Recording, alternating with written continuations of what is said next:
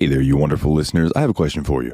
Do you want to make a podcast? Well, Spotify's got a platform that lets you make one super easily and then distribute it everywhere and even earn money all in one place and for free. How can you beat that? It's called Spotify for Podcasters.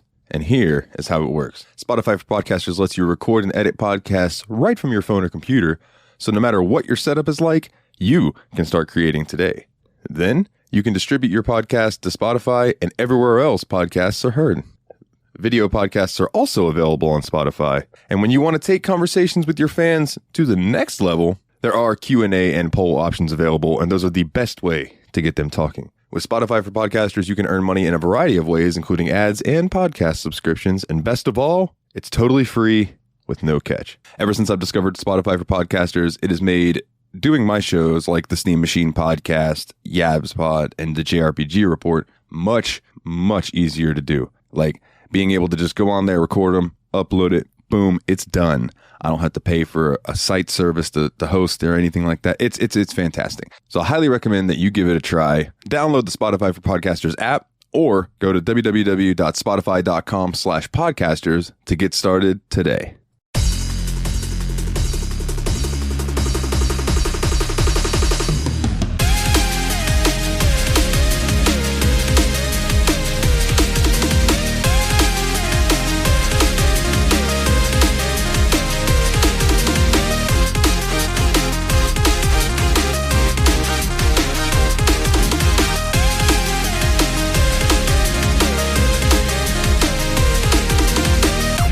Hey everybody, and welcome back to another exciting edition of the Steam Machine Podcast. My name is Dalton, and joining me as always are the Destructo Bros. What up, y'all? It's Nate. Hey, what's up? It's Willie. Boys, we have a guest. A what? We have a guest.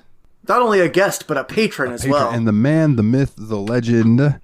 He is under our Steam Machine Productions banner. You can find him over on YouTube at Team Retro, but we call him Mikhailov. Brother, how you doing tonight, man? What's up? Thanks for having me. Not a problem at all. Thank you for donating to the Patreon. You did the $20 or more tier to choose a game, and you chose our game this week, but we'll touch on that here in a bit. But I, sir, just wanted to thank you right up front for choosing a game that I've been meaning to beat for fucking years. And now I did. So, yeah. But before we get into that, I'm just stoked you found a Logitech system you liked. Yeah. So actually, yes, that's a good idea, Willie. Plug your stuff up front before, unless just in case I forget later to ask, but plug your stuff, man. Oh, me? Yeah, you. Oh. You said Willie. You totally Oh no, I'm sorry. I was like good. I was just trying to tell him good reminder because. Oh, well. Yeah. See, I'm already messing things up. Nah. No, we're pretty scattershot group over here. We're absolute professionals. I don't know what you're talking about. Are you a consummate professional? We are incontinent professionals. Yes. We're beef consomme professionals. Yeah, so tell us about your Team Retro, what you got going on YouTube. How do we get there? What do we need to know? So I'm on YouTube at Team Retro. I have this unhealthy obsession with buying all these handhelds that play old games. And so it's kind of degraded into, let's take a handheld and let's find out just how many old games we could play on it. I really enjoy it, man. And the most recent video that you put up, the Logitech of the G3? So unexpected, the G Cloud. G Cloud, dude. That thing, I was really impressed with how it was streaming some of the things that you were showcasing. Like, especially Genshin Impact. Like, that ran so nice. Yeah, because, I associate Logitech as a brand with, $20 keyboards you could buy and, being the cheapest thing at Best Buy, you know? Yeah, this was a handheld that nobody expected, nobody wanted, and all of a sudden, everybody loved it. That's wild. That's the thing that always impresses me, is the stuff that I see when you're streaming from your PC onto your handhelds. I'm wondering if I could make one of those work laying in bed while the PC's running in the other room. Yeah, I mean, I actually stopped using the Steam Deck and started using that thing to play Final Fantasy XIV because it was just that much more comfortable. Yeah, that screen's gorgeous too. Like it was very crisp.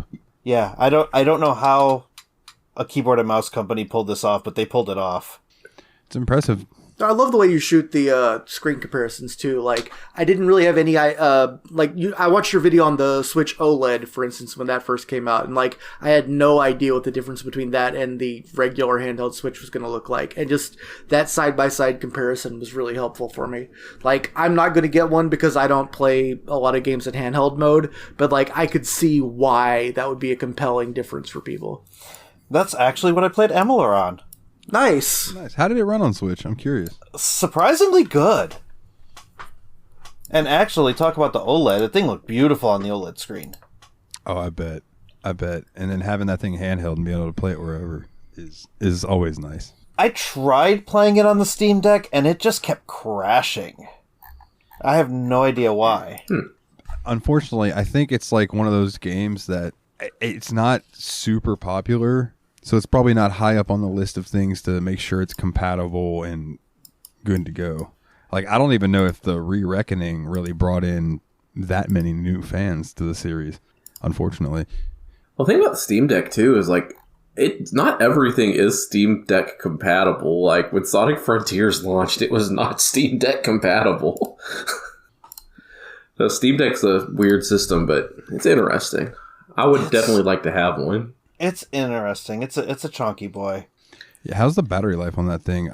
I watched your video on it, but I cannot remember. It varies depending on what you're playing.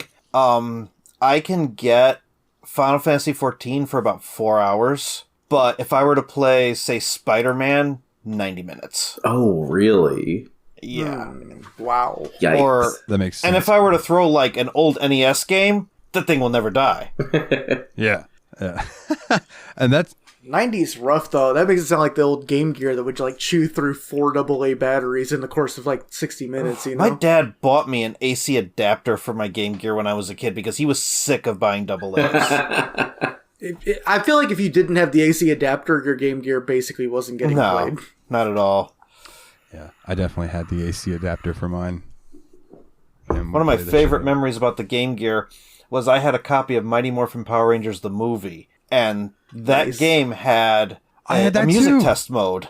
And the music test mode had Game Gear digitized versions of all of the songs from the Power Ranger show. Nice. And so I would plug it in, go into that game test mode, put on a song, and then walk over to a table and play with my Power Rangers toys. Nice. Oh, yeah.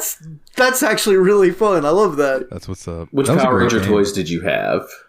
All of them. Do you remember? Because I always think about this when I had these ones I had when I was a kid, or the little ones where like if you push the button, the head flipped over, so you went from like having Jason to the Red Ranger, even though the only thing that changed was the head. Yeah, I had those. I had the blue and the Red Ranger. Yeah.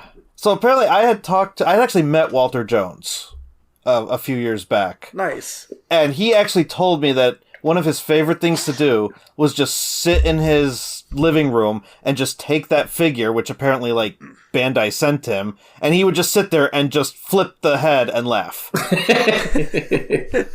That's funny. I mean, it was really good. It had a satisfying like snap. It really to it. It was did. like a switchblade of heads.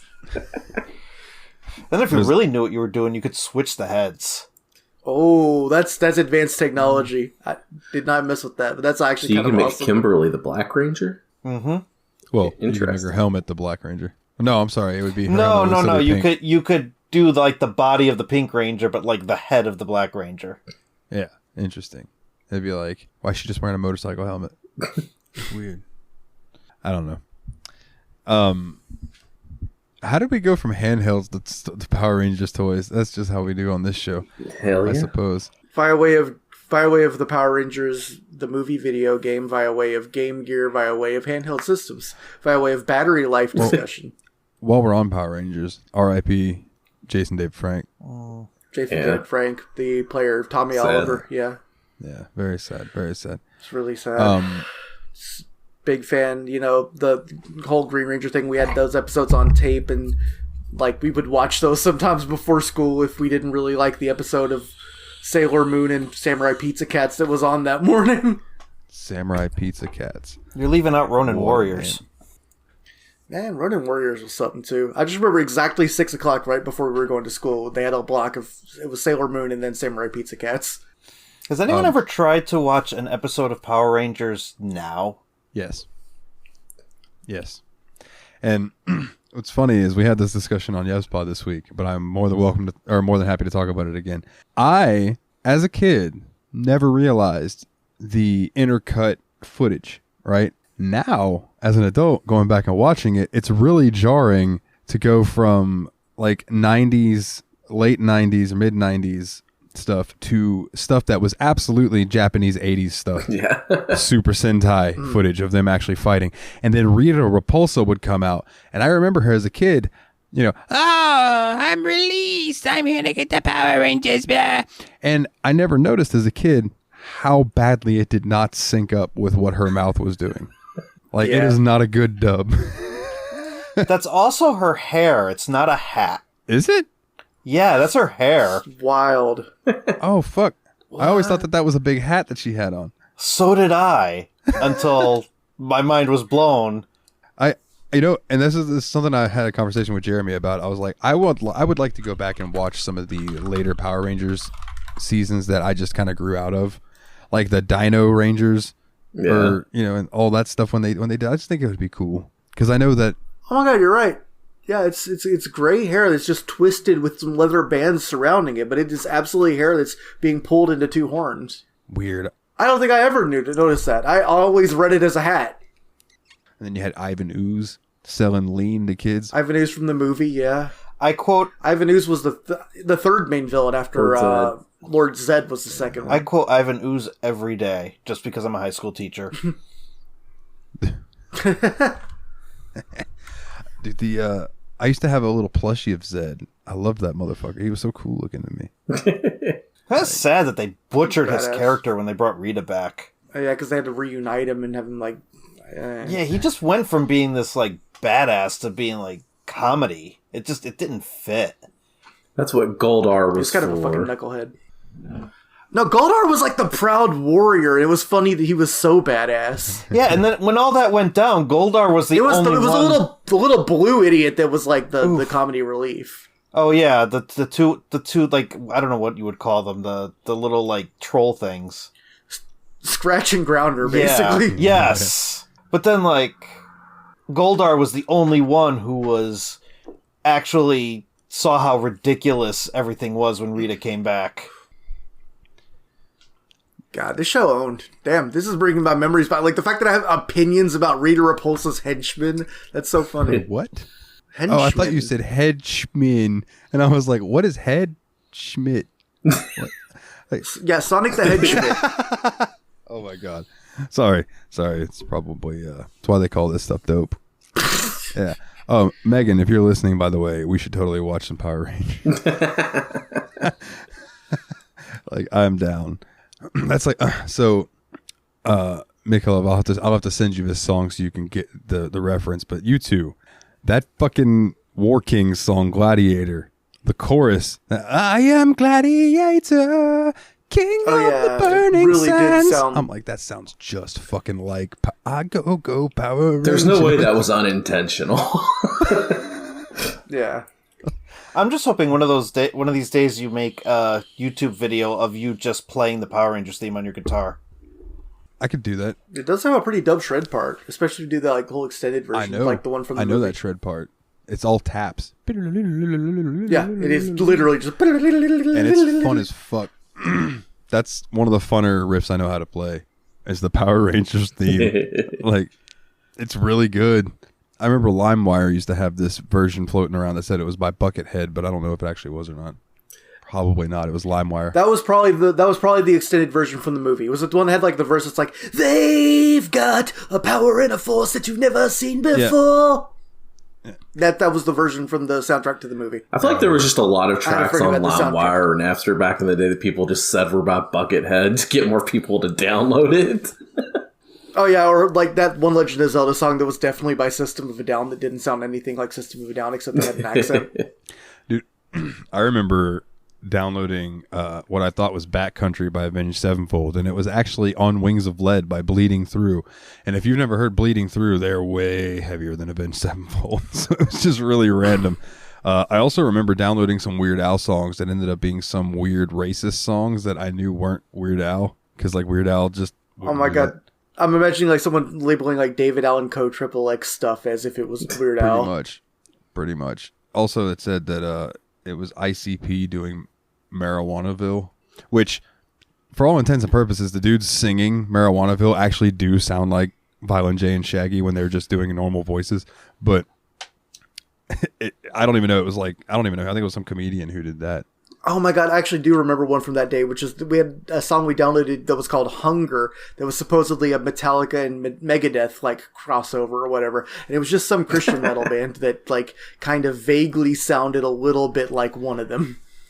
Did you guys ever download the songs and it would just be, I did not have sexual relations with that woman? And that's all it was. That was apparently a common prank. I never got that one. Before the days of the Rickroll, there was the Bill Clinton. Yeah. Wow, you just got Bill rolled. You got Lewinsky. Zing. Dick jokes. Cigar rolled. But yeah, go check out Team Retro on YouTube. Por favor. Yeah, it was a roundabout way of saying, definitely check out those YouTube videos. That was great promotion. Oh, man. Willie, what you been up to these past 2 weeks?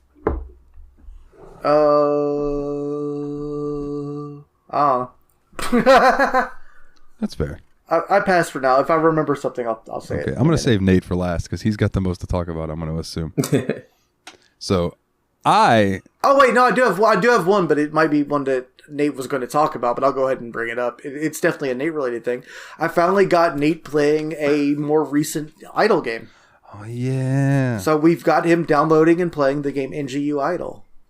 Yeah, thanks for sucking away hours of my life that I could have been using to play anything else, but I wouldn't have. So it actually just fills up the void of time that I did not know what I would do with otherwise. Ever since fucking Dave pointed out to me that NGU Idle can be rearranged into the word indulge, that's all I can fucking think about when I see NGU Idle. I just think indulge. Nice. Yeah, but that's a good. It's been pretty fun playing through that and just seeing my number go up. Hey, have you ever played that, Michelob? No, this is a phone game? No. It's a free game available on Steam. Oh, okay. And it's just a clicker, kind of.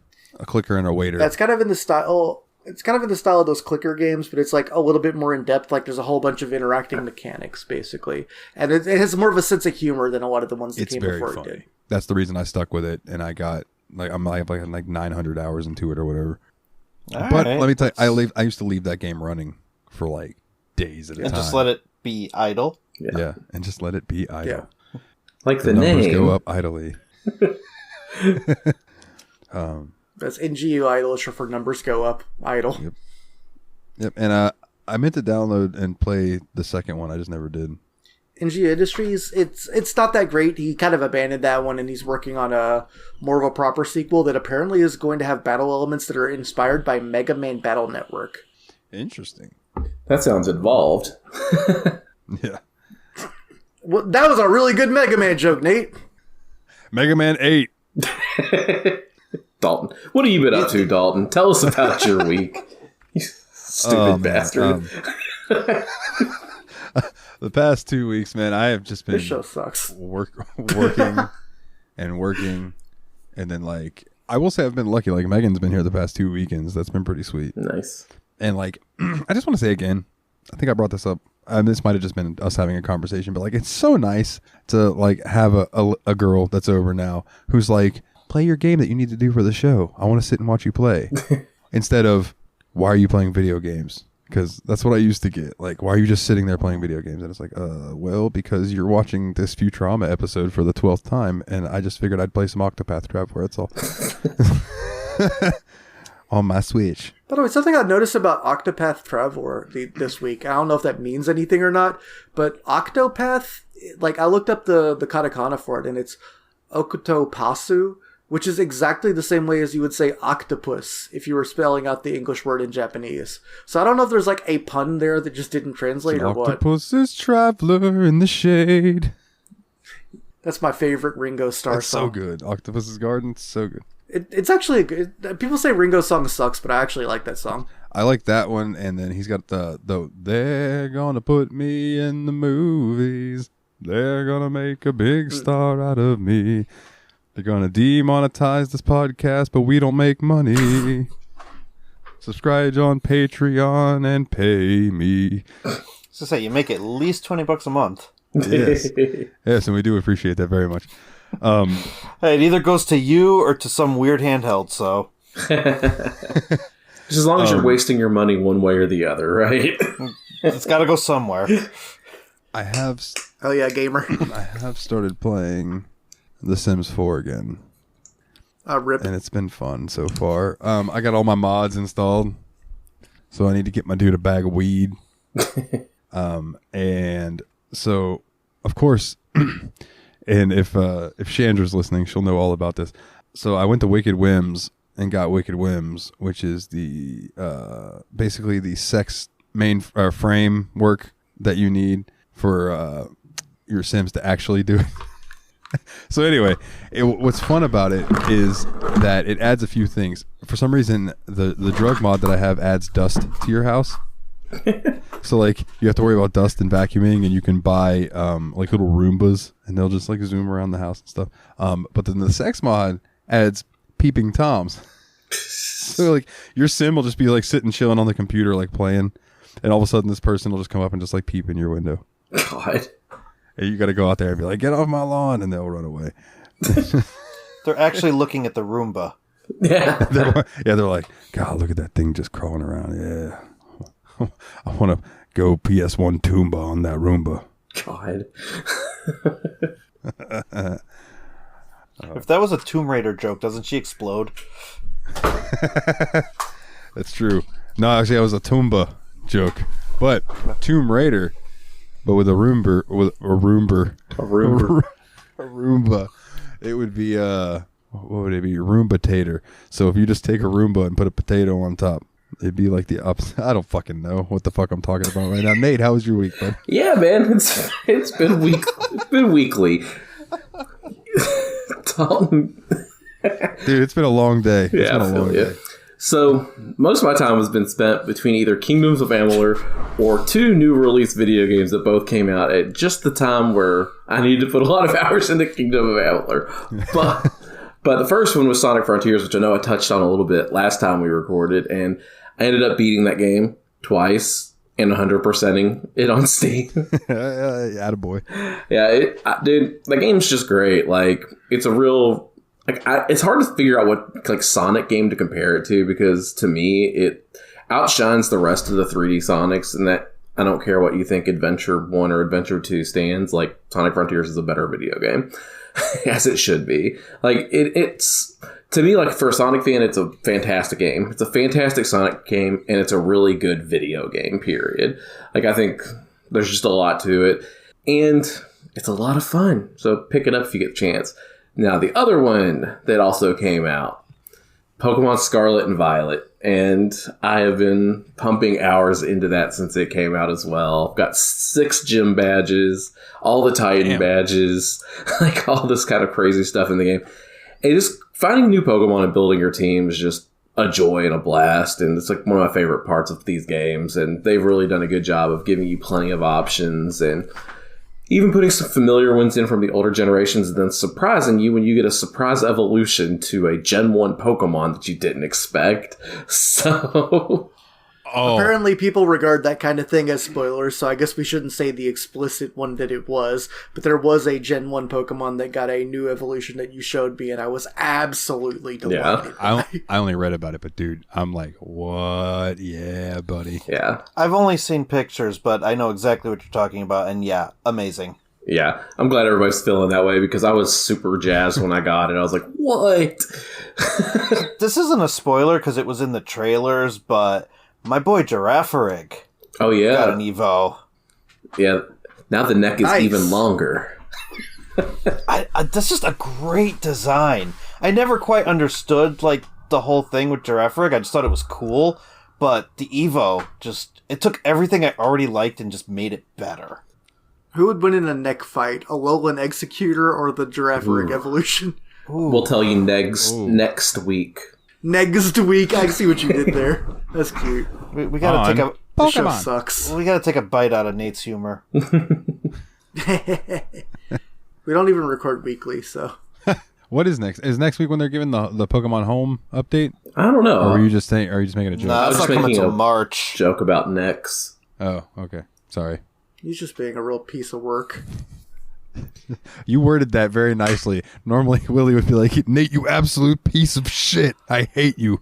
The fact that I didn't cuss is supposed to make him feel worse about You want to it. know the funny part is I heard eggs, not neck. So I thought he was talking about Executor. I heard eggs too. Negs week. That's what I heard. Wow. Double pun unintentional. Look at me. Like, I'm just crushing it. Anyway. So, what game did we play this time, fellers? I think we played Kingdoms of Amalur. Ready to jump into the O-dubs? Oh, what? Sorry, what? We played... I thought we were just supposed to watch the movie Amelie. Yeah, Don, why don't we just get into that obligatory Wikipedia bullshit? I can do that, man. So, this past 2 weeks we played at the request of Team Retro here, Kingdoms of Amalur Reckoning. And that is a 2012 action role-playing video game for Microsoft Windows, PlayStation 3, and Xbox 360, developed by Big Huge Games and 38 Studios, who also published the game with Electronic Arts. It was the only game released by 38 Studios before they filed for bankruptcy. So, quick side note. 38 Studios was started by Major League Baseball player Curt Schilling, and it was named after his jersey number. And I guess there was some controversy with him that if you'd like to know about, go look it up, because it it has to do with this, but it's a deep rabbit hole to go down apparently. But the He continued to be a real piece of work after this game. Guy sucks. Not a fan. but Great baseball player, but as a human being, I would like to kick him in the teeth and butthole. at the same time. With one kick, yeah. But Ken Ralston was this game's executive designer. R.A. Salvatore created the game universe and the lore, and with Todd McFarlane working on the artwork, and Grant Kirkhope created the musical score.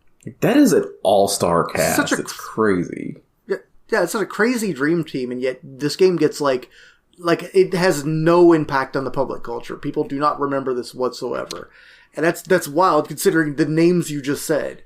Like Grant Kirkhope, not Kirk Granthope. I'm just making people up now.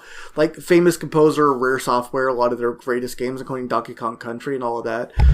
Todd McFarlane, famous for the Spawn and creating a lot of the '90s underground, or not underground, but alternative comics to Marvel and DC. And then R.A. Salvatore, like one of the fine fantasy epic authors of our time. Like, this seems like a can't miss prospect. You've loaded this bar up with talent. Like, how are we going to miss? So this game was overlooked basically because it was 2012 when it came out, and everyone was still super duper all over that game that came out 11/11/11, which was Skyrim. So like this was up competing against the Elder Scrolls, and it's kind of hard to compete with the Elder Scrolls. But there is some interesting facts that I'll get into in here in just a second. But on September 6th, 2018, the rights for the series were purchased by THQ Nordic, who released Kingdoms of Amalur: Re-Reckoning, which is that the version we all played? Yeah. Yes. Which is a remaster of the game. On September 8th, 2020, for Microsoft Windows, PlayStation 4, and Xbox One. A Nintendo Switch version was released on March 16th, 2021, and in early December 2021, it was announced that the game would receive its third DLC expansion entitled Fates Worn, just shy of the original game's 10th anniversary. So, my little fun fact that I learned about this game was that there was Kingdoms of Amalur, and then there was a Project Copernicus. And Project Copernicus was supposed to be an MMO set in the world that was created for Amalur. And R.A. Salvatore created the universe and the lore. He wrote a 10,000-year backstory for this world. Like, that's some serious fucking lore. And it was all because Copernicus was going to be this big MMO, and unfortunately, this game didn't do very well because of the competition. It bankrupted and just killed the studio, and the studio ended up shutting down. This is the only game they ever did, and honestly, for the longest time, and I'm just going to speak from the person who played it as on the PS3, like, for the longest time, I thought that this game was super underrated. And even with Re-Reckoning come out, I still think it's underrated. Like, and yeah, anyways. So I just think it's really cool that, like, they took the time to put that much effort into the lore. Only because I'm a big lore buff, you know? So my question to you, gentlemen, first and foremost, what were your first thoughts? Let's go with our guest first, Mikolov. What were your first thoughts going into this? So it took a little bit to rope me in. Just because I don't know that it necessarily aged all that well, but then as soon as the world opens up, you start getting quest after quest after quest, and every single NPC that you talk to has depth. Like, they have this well-developed character to them that makes them compelling. And it's not just like one or two that are like that, it's most of them. Like, anybody who has a quest has a story. Yeah.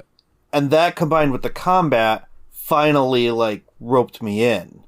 So at first I didn't know that I was going to actually get all that far. And then I just found myself playing it.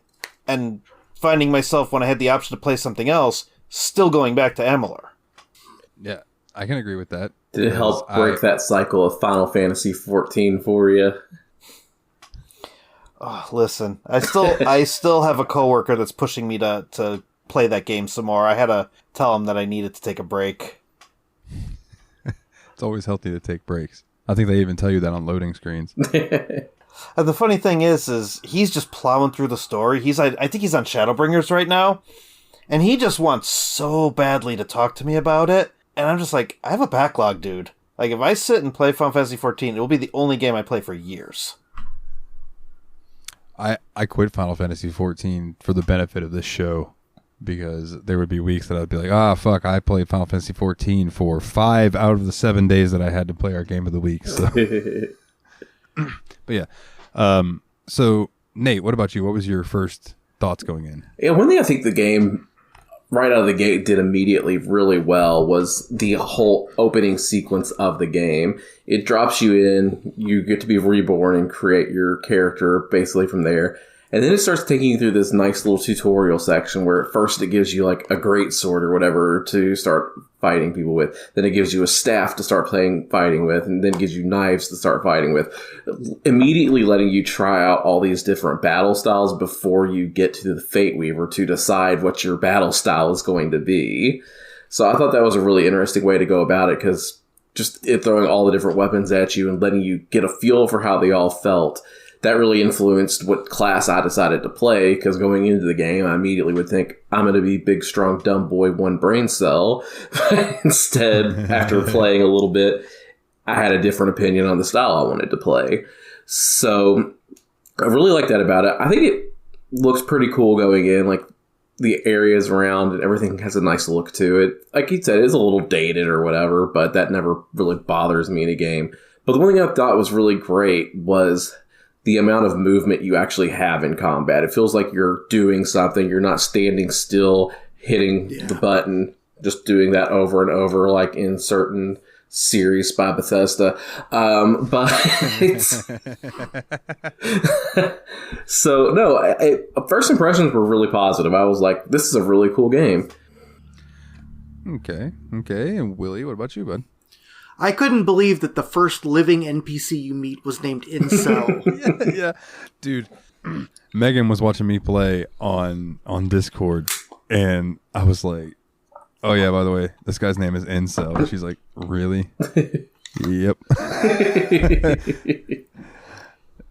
I mean, it's we'll give him this. It's spelled differently, but it is. Yeah, it's N-cell, not incel, but it's Close enough. Come on, man. I mean, the word didn't even exist at this point in time. It's just a very funny coincidence, but it is a very funny coincidence. And if I'm not going to chuckle at this, when do I get my chuckles?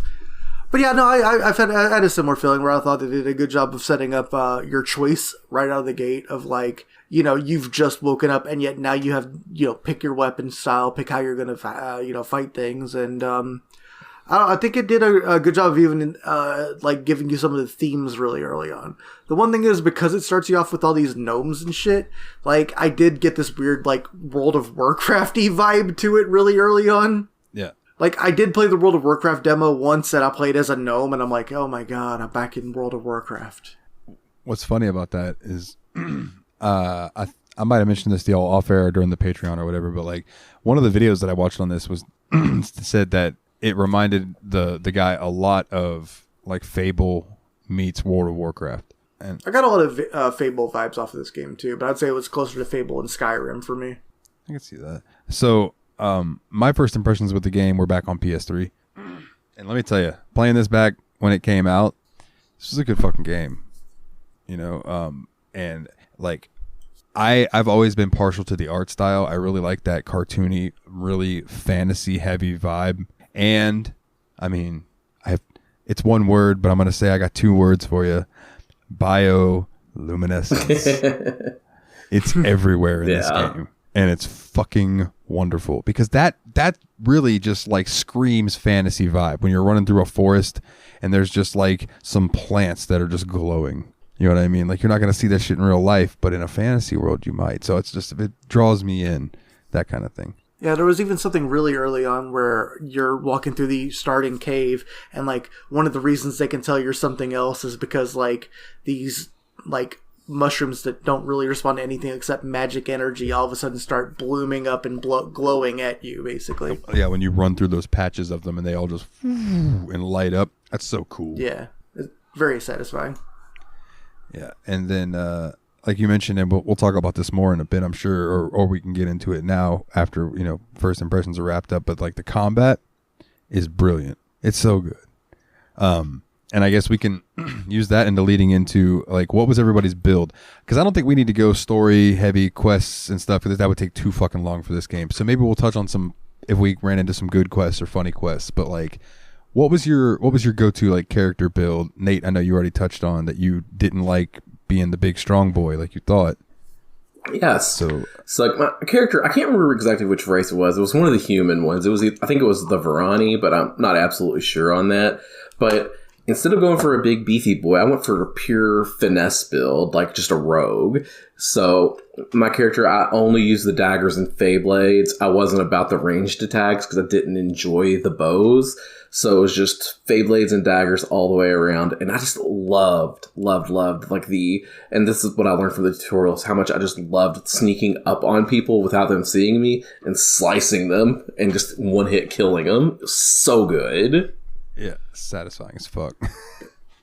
Has this awesome cutscene. I wanted to point out before we got any further that the stats, there are three main stats when you level up in the game that are all options. It's finesse, might, and magic or something like that. And finesse is the speed, dexter stats. It's kind of balanced between the two. So that's what Nate is specifically speaking of something like technical when he says he took finesse. Yeah. Might was your swords, your great swords, your great hammers. Finesse was dagger, bow, Fey Blade, and that's it. And then the mage one was staff, scepters, and chakram. Yeah, and then of course other abilities too. Yeah, but basically, if you took an ability level in one of those things, like if you took a level in finesse, you got about equal MP and HP. If you took a level in might, you got more HP. And if you took a level in the magic one, you got more MP. Yeah.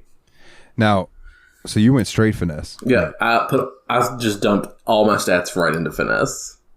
Wow. So when you did leveling up, did you also put a lot into stealth? Yeah, I went to stealth, and then like leveling up my abilities with the daggers and the Fey blades, and then I gave myself one of the perk where if I used like a quarter of my magic bar, it would just have this constant poisoning effect. So whenever I hit something, it would do poison damage too. So just had a lot of that going on. Okay. And Miklov, what about you? What was your build? So I went half finesse, half sorcery. Sorcery, that's what it is. Sorcery was the third one. Yeah. You're welcome. Thank you. So I had daggers and chakrams. And I found it really interesting that chakrams are the mage weapon. Because they're basically... Yeah, that was a strange They're choice. basically they're round blades that you just throw and they come back to you. So what I would end up doing is I would throw out Mark of Flame and I would just have them catch fire, and then I would hit that off, they would stagger, and then I would go in and just either hit them with the chakrams or I would hit them with the daggers. One problem I had with that build, and Nate and Willie saw this a little bit earlier when I was streaming the game, I was a glass cannon. Absolutely. So I had the same poison blade perk, and I wouldn't use it because I also had Circle of Protection from sorcery, and if I had them both going at the same time, I had absolutely no mana to spend. So I tended to only keep the Circle of Protection up, and then I would just go from there. I think over time, I would get stronger, but it seemed like a difficult early game build. Yeah, I think that's something I also found too, is I also used a 2 stat build. I was using Might and Sorcery, so I was on the Battle Mage track, and I felt like I wish I had kind of went all in on one or the other, you know? Like, I mean, I was really enjoying my abilities. I especially loved the replacement of the dodge roll with the blink teleport. That was really One of cool. my favorite things in the game. My final build didn't have that, but that's one of my favorite things in the game is the blink. It's so cool to me. But, like, I don't know. I felt like I was doing, like, I had to think a lot more than I felt like I needed to in the combat. Like, I kind of almost wish I would have played it stupid and tried to make it, like, a physical combat game instead of just, like, managing the cooldowns and the, positioning of everything. Like, I almost wish I could have just played fully reactively and tried to parry or dodge roll things. And yeah, the thing with the mage is like they rely heavily on like the magic they can cast, but also like staffs as weapons and the scepters and stuff because they cast spells as their attacks. You know what I mean? So like if you have a gear that say all your gear boosts fire damage, then you're going to want to absolutely have a fire staff as your main weapon because it's just going to do bukus more than normal. If that makes any sense. Yeah. And unfortunately, I didn't have any like specific elemental boosts in a lot of my gear. I did have, like when I started the game, I took the blessing that would give me more shock damage. So I was kind of hoping I could get a lot more done with the shockwave spell than I actually could. Yeah, I think I have to make it hard too when you're playing a magic build and you're not using a staff, because if you're not using a staff, then you're kind of not getting your full potential as far as elemental damage and stuff goes. Yeah. Yeah. Staff animations in this game are phenomenal, by the way. Yeah, the way they twirl them. Yeah. Send them out. Yeah, it's brilliant. I agree. Yeah, I really enjoyed using the staff early on. I just decided I wanted to play like this weird battle mage character, and then like later on I was like, oh, I should have just gone all magey all the time. Yeah, I think if I were to try a second build, I would still stick to an all one stat build, but I might go mage this time too. But I still have a lot to do on the finesse build. I almost wonder if this game is designed in such a way where you're supposed to only focus on one in the early game, and then when you have more skill points than you know what to do with later on, then you go into the second one. That kind of makes sense. It does make sense, actually. So I beat the game with my class that I used was tier 6, and it's called Universalist. Okay, and I got it. That's literally the ultimate stat. That's like you have everything leveled up to a certain level. I have right? 37 in each. Wow. And let me tell you, here's why I chose this as my thing, right? plus 20% melee attack damage, plus 20% ranged attack damage, plus 20% magic attack damage. Equipment requirements reduced by 25%, plus 3 to all skills, plus 12 total damage resistance, 10% chance to critical hit, plus 10% chance to critical hit, and mastery of arms unlocks all weapon mastery abilities. Okay, so when you were playing the game and getting up to that point, what did you concentrate specifically on? Like, how did you get to there? Like, 'cause obviously you didn't just level everything up, or did you? One at a time. No, yeah, I started off with daggers and a longsword until I found chakrams, and then I was a dagger and chakrams boy until I found my first set of Fey Blades, and then I moved on to Fey Blades and chakrams, and that's basically what I used the rest of the game. Every now and then I would switch out my Fey Blades for a longsword if it were better stats. But normally... well, go ahead. Honestly, I just really preferred the straight daggers over the Fey Blades in general. I felt like I was finding stronger daggers, and I liked the actual movement of the daggers better than Fey Blades. Well, so the Fey Blades that I used specifically were ones that I had crafted towards later on in the game, where I just stopped switching because eventually I like you get your blacksmithing good enough and your sage crafting good enough that like your crafting equipment and stuff, once you find the right materials like base to start with, you can make shit that's just miles better than anything that you'll find. Like, so I used the ability that Mikolov brought up with the you activate it and it would just envenom every attack and make all your poison stuff do more.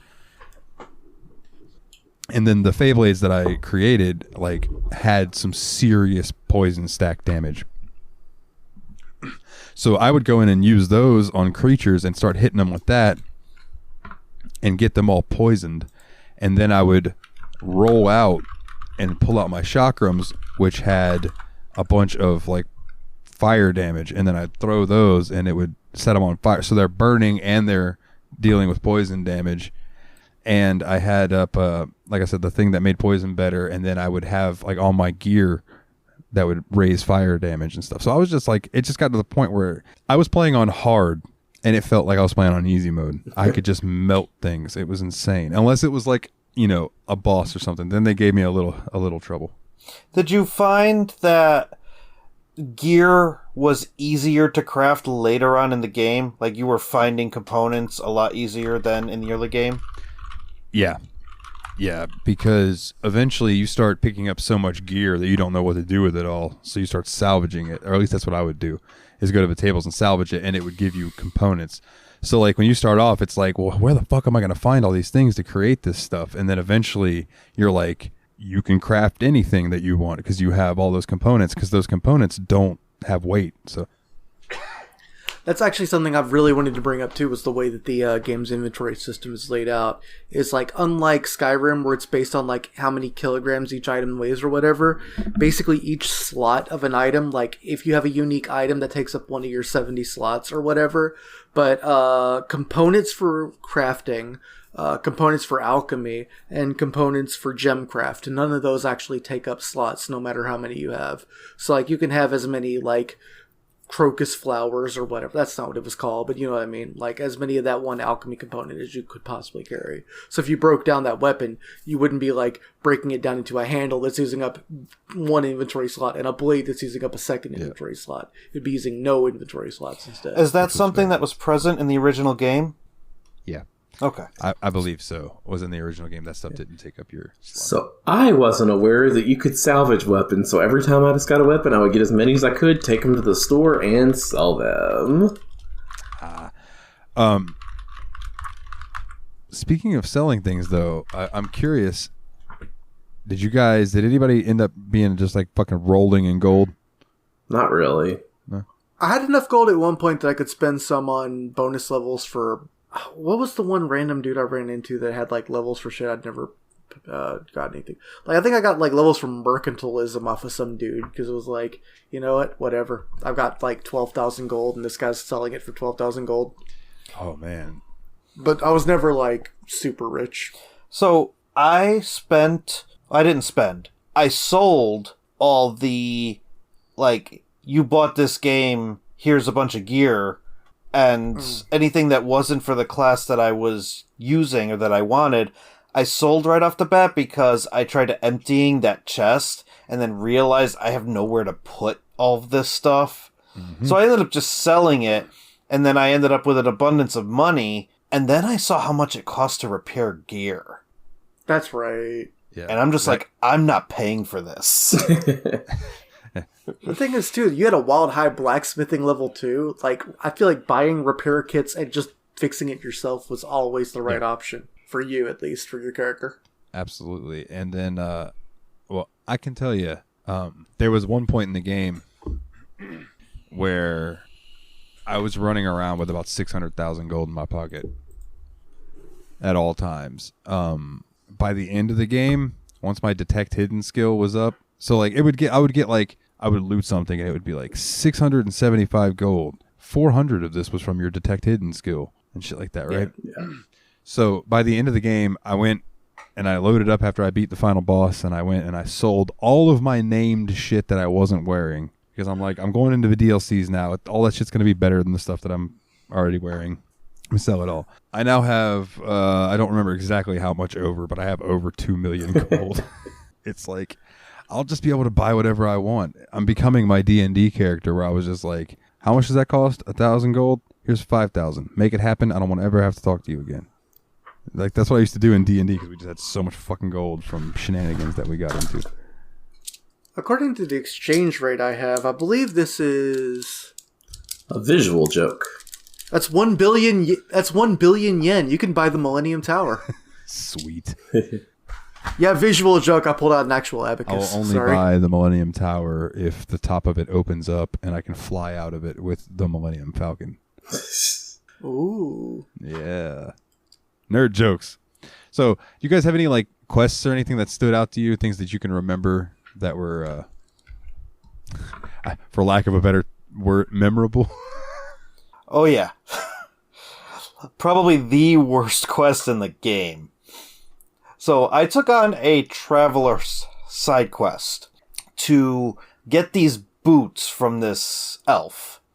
Turns out that this quest is horribly glitched. And so I accepted this quest at level 5. And I went in and no matter what you do, you have to fight him. Like, you'll pass a persuasion check, but he'll just like give you a necklace or something. And come to find out, and then still fight. Oh yeah, he's like, here's a necklace. Like, oh, you know, you're right. These boots are cursed, but you know what? I like them. Congrats to you on figuring this out. Here's some loot. Let's throw hands. So the fight is designed, and the thing that he gives you increases your ranged damage. So the fight is designed that you're supposed to fight him with ranged attacks, because the second he gets close, any damage that you do is resisted and does almost nothing to him, or does nothing to him when you're like level 5. And so you're supposed to get him with ranged attacks or spells and then get out of the way. Come to find out that you do that for a little bit, and then his health goes down to a certain point, and he disappears. And he's like, come further into my lair. If you hit him with a ranged attack to trigger that dialogue, he disappears. And the only way to beat him is to reload your save and only use melee attacks, which he resists. And if he gets close enough, he will 1 or 2 shot you. Ugh. I'm glad I didn't really fuck with the travelers. Were the ones in the star camp, right? Yes. Yeah, I didn't fuck with them. They wanted me to go steal stuff, and I wasn't a stealthy boy. But once I gotten past that, though, like, nothing else in the game was like that. It was just a super glitched quest. While we're talking about glitches, let me mention one real quick, and then I'll bring up my quest. But like, so I was walking by somebody, and they were looking at me as I was walking by, and I clicked A to talk to them as I walked behind them, and their head just turned all the way around, like, and then their body went and turned, and then they started the cutscene, and I was like, "What the fuck was that?" And Megan like was watching me play, but I don't think she saw it, and I was just like, That guy's head just twisted all the way around, Exorcist style. What the fuck was that? But I only ever saw like little things like that. I never actually got any bug quest. But that's wild. The memorable quest to me is one that I still remember from when I was younger, and even to now, is very early on. You come across this dude kind of like hobbling down the road, and you talk. And Two legs. Like, 2 legs. Yep. I need you to help me. So turns out this dude is a wolf who has been cursed and turned into a human, and he is just like in pain. And you have to go find this magical well, but this magical well, I don't know if this happened to you guys. It happened to me twice. As you approach it, sometimes will just fucking vanish if you don't get there quick enough. You know what I did? It moves from spot to spot. What? I just stood in the same spot that I saw it at once and waited for it to come back. I did the same thing. I did not know that was an Yeah, I option. didn't realize that was an option either. I chased that motherfucker around until I finally. That's got funny. it. I realized that's what it was doing. It was just going from spot to spot, and like it felt like it was on a timer. So I just stood in one spot and waited for the well to reappear, and lo and behold, it came back. Oh, well, hell yeah. But then you help him, and then he turns back into a wolf and runs away and doesn't try to fight you or anything, which I thought was cool. It was like, the wolves will hear of your bravery, sir. Yeah, and still try to kill you. They're like, yeah, we're wolves. We don't care. Yeah. One I really liked was also kind of, because I did that one pretty early in the game too, but one I liked was pretty early too, is just like going to that town and saving them from the spiders, and then you had to find this elf, or fae, excuse me, that was like the widow, that was making the spiders like come up with strategies to kill people. I thought that was a really interesting quest, and then your reward for that is you get a freaking house. Like, yeah, I'll kill some spiders for a house. Let's do it. I have to tell you guys. So, both of you had brought that up, and I was like, where the fuck did y'all get a house at? How did I miss this? And you're like, all you told me was it's in the town with the spiders. I'm like, I haven't been to a town with spiders. What the fuck are they talking? So I'm on Discord with Megan, and I'm looking at the map, and I felt like the biggest fucking idiot because I'm looking around the map, and I'm like, where would the town with spiders be? Oh, it's probably in this place called... Maybe the place called Westwood? Oh, there's a place called Webwood that I haven't been to, and she just goes, yeah, I bet it's there. How did you miss Webwood, though? Like, I feel like the game funneled you there. I guess I just routed it, dude. I don't know. Or if I did run through there, I just ran through it and didn't stop at the town and pick up that fast travel point or anything. Fun fact, I didn't know there was fast travel. I've ran every single place I've gone in the game. Really? Yeah. So when you pull up your map, if you're on local map, if you hit I think Y to bring up the world map, you can move around and hover different places you've been. As long as you've been there, you can fast travel there. I wish I'd have known that. That would have saved me a lot of running. Well, now if you go back, now you know how I got around the game so quickly. Okay. It was just, I fast traveled everywhere because I was like, I've seen most of this game before, except the DLC, which I'm excited to get into, but I'm going to do that in my own time. So, Willie, what about you? Do you have a standout quest? I actually really enjoyed, I feel like one of the things I thought was really cool about this game in general was the fact that the side quests kind of poke their face in to the point where, like, you get the trailhead to the main quest and it leads you into a side quest. Like, you're trying to meet, what's her name? Alan Shearer in the Court of Melodies. And, like, when you get there, it basically gives you the trailhead for the Court of Melodies faction quest, for instance. Like, every time you show up in a new area, it, like, always basically gives you a new side quest. It's, like, so important to this area, you end up wanting to help. And the one I thought was really interesting in that was in Dighton Hill, where you end up helping them fight the plague, basically. They call it the blood plague. It's a terrible respiratory condition that's, like, got, like, half of the able people there unable to work and all that. And you end up being able to actually cure it. And in, this decade, it is really cool to be able to single-handedly help end a horrible respiratory plague. Yeah, that's true. Yeah, that's another one that I don't think I saw. But dude, the amount of side quests. I know that there was one point in our show chat, and I think even in the chat in the Discord, we were all on the same page of like, dude, we've just been doing side quests. Yeah. There's just so many side quests. and they're all good. And like there's very rarely a side quest that's like, hey, go here, get this, bring it back to me.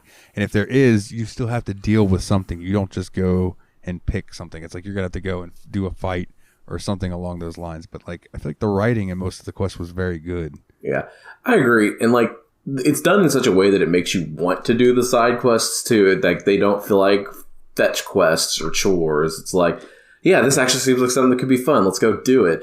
And then there's good indication on the maps, like for map markers on where you should go to accomplish the task you've been given. Like I just think it did a really good job of making side quests fun and not a chore. I'll go ahead and say a flip side of this too, though, is I feel like when I first got into it, for instance, one of the main threats of the first village you meet is a bandit group called the Red Legion.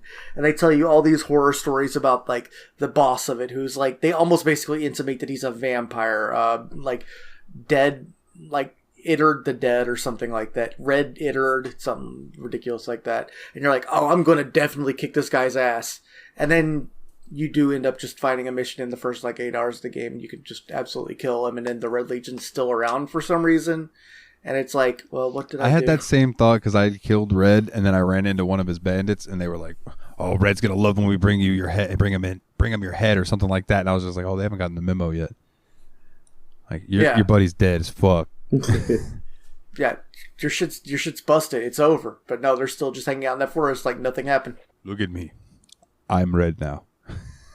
So, like, so there's one other quest I wanted to bring up. Did either of you guys help the dude in the church in the first place where he wanted you to go find the guy who had wandered off? Yeah, I did that one. Yeah. So, like, I like how that quest is like you're helping the dude, and then he takes it back to go take it to his friends, and then they turned out to be, I guess, bandits or thieves in some sort of way. They're just going to kill him and take the thing, and then you coming in, they're like, oh, well, this throws a wrench into things. You end up having to fight him, and that makes you end up having to take him back to the city or whatever. And I don't know, that was just cool to me. It was like a little twist, and like you don't always get twists like that in side quests.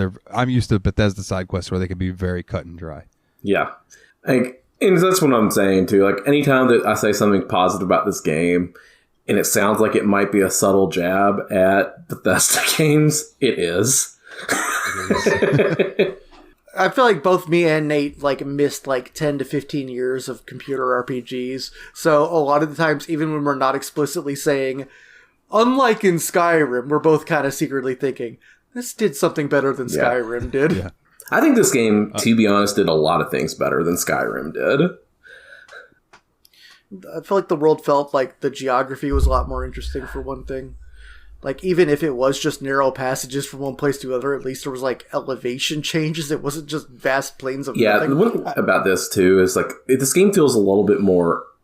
It's not open world, as, like, Skyrim is. It's a little bit more linear places that you can go that are connected, but it doesn't feel like open world like Skyrim. And the thing about that is every location is scenically very different from the location you were at before. Like, I had just gotten to the desert, and there's just a very obvious scene change. Unfortunately, with that also becomes a difficulty spike, so it's almost like they tied the scenery to, oh, hey, I need to level up some more. Yeah. Yeah, I felt like the desert was, like, extremely intimidating when I got there, too. Like, I didn't even get as far as you did, and I think we played about the same number of hours. I only got a little bit farther because I just ran away from most battles, or stealthed. I was just, nope. It's a strat. Nope, not fighting it. Nope. I'm just gonna go this way. One thing that this game does that I really appreciate is like when you come upon like a new type of enemy that isn't just your basic, brownie or whatever. Like, but when it's like one of the bigger enemies, they get like I'll call it a quote unquote cutscene, like a short little intro where like they appear. And they kind of, rah, and then you're in the fight with them or whatever. And usually the first one, they just throw one at you. And then they might, in later fights, throw more at you. Like, there were times that I had, like, 2 Banshee, I'll call them Banshees. I think they were, like, Lachets or something like that. Like, 2 of them, like, 4 wolves, and, like, 3 brownies coming at me at one time. And I was like, Jesus Christ! And then, like, a troll would show up, and I'm like, why? And, like, spoilers for you guys, much later in the game, there's a part... like when you get towards the end, it's very, very like you're just running down a path getting towards the end, but they just keep throwing enemies at you. And there's this point where they throw like 4 Prismeer trolls at you. And Lord, you better hope you have some fucking fate, or else you're going to have a hell of a time. But yeah, so I don't know. Like, combat in this game too, again, super fluid, and just, I really like this game a lot. Yeah. I'm with you. Like, 'cause one of the things that made, like, I joked about the stiff combat in Skyrim before. Like, this game makes you feel like you're actually an active participant in the combat. Like, it has more, like, I don't want to say it's quite like it, but more like Warriors type game / beat 'em up combat, where you're actually actively doing things and not just pressing R until the enemy dies. Yeah. Yeah. One thing too, before I forget, I meant to mention this a second ago and spaced it, but like, Nate, with your appreciation for like this being open world but kind of linear at the same time, and just seeing the different world spaces, I am excited for you to play Dragon Age.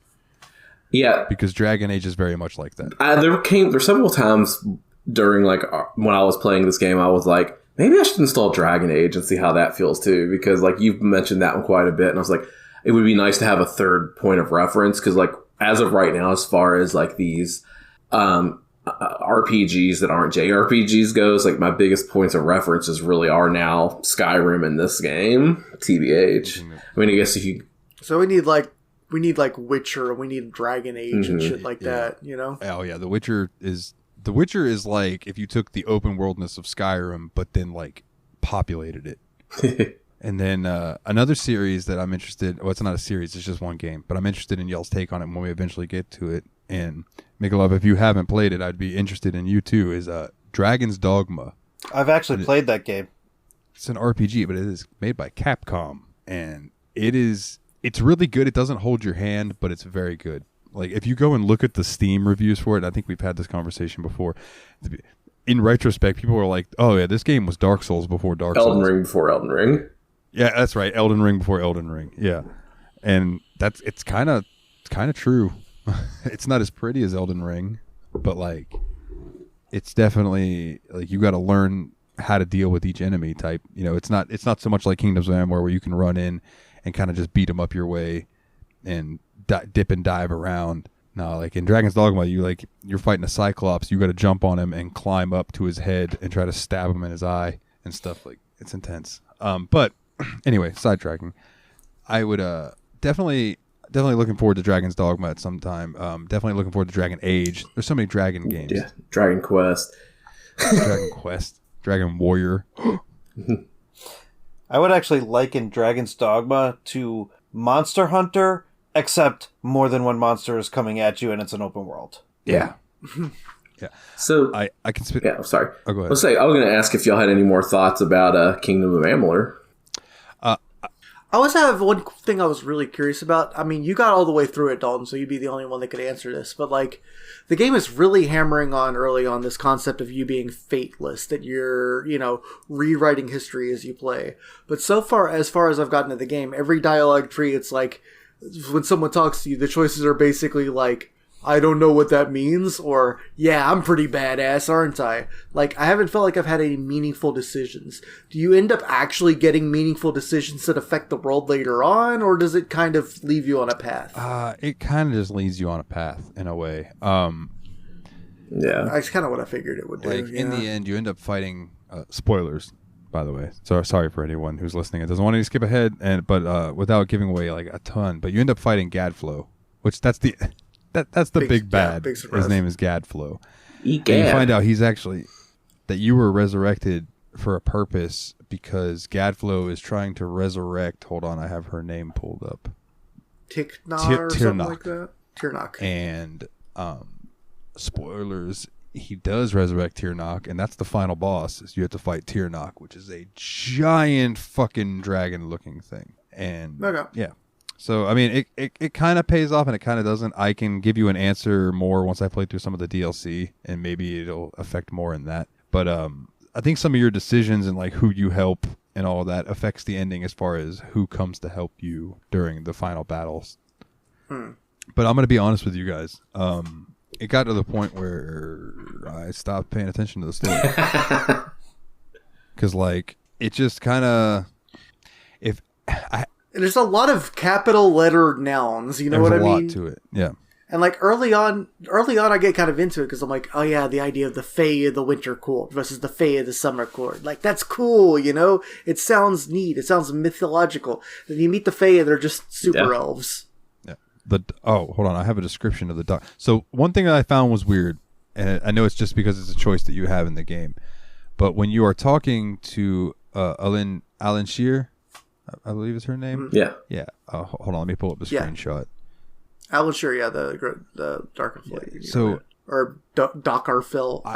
I was playing as a Dockelfar, and okay. So that's what she is, and you have a choice in the dialogue towards the end. I don't know when you might ask her anytime, but I asked her towards the end of the game about the Dockelfar, and this was her reply: "We are the charmed, the subtle, and the inspired. In happier days, we were the loftiest of mortal races. We despise open war." And then the next thing that she said was like, "But yet here we are, and it's been years, and we've been at war with the Tuatha, and we're just ready for this to finally basically be over." And I was like, "Oh, well, that's cool." And then that's it. That's all she says when you ask her about Dockelfar. And it was just like, well, now I want to know more about them, but I have no way of knowing how to go about finding out more about them. Maybe you can find R.A. Salvatore's 10,000 years of lore to read. Fuck, please, dude, yes. Like, so I meant to bring this up earlier, and then we can touch on final thoughts and get into the ratings and all of that. But like, when they were making this game was going to be something completely different, and then towards the last minute, it was actually going to be a three level condominium building. I don't know how it ended up being a video game. Not quite, but like Amalur was going to be their MMO. And that's why he did the 10,000 year backstory and all that jazz. And they decided to retool the single player game they were working on to also be in the world of Amalur. So like this was going to be something completely different, and then they put it in as this, and I'm glad for it, honestly. Like, this game did not get the love that it deserves. It still doesn't get the love that it deserves, in my opinion. And I know I've said that a few times. And I still think it's a really interesting peek at a cool setting that had some growth to do, but could have got there for sure. You could definitely see the MMO potential in the design choices. Just when you walk into a new area and there's a whole bunch of quests there, or just being able to, I guess there's not a lot of armor customization, but just being able to specialize and kind of make your character the way you want. Yeah. Yeah.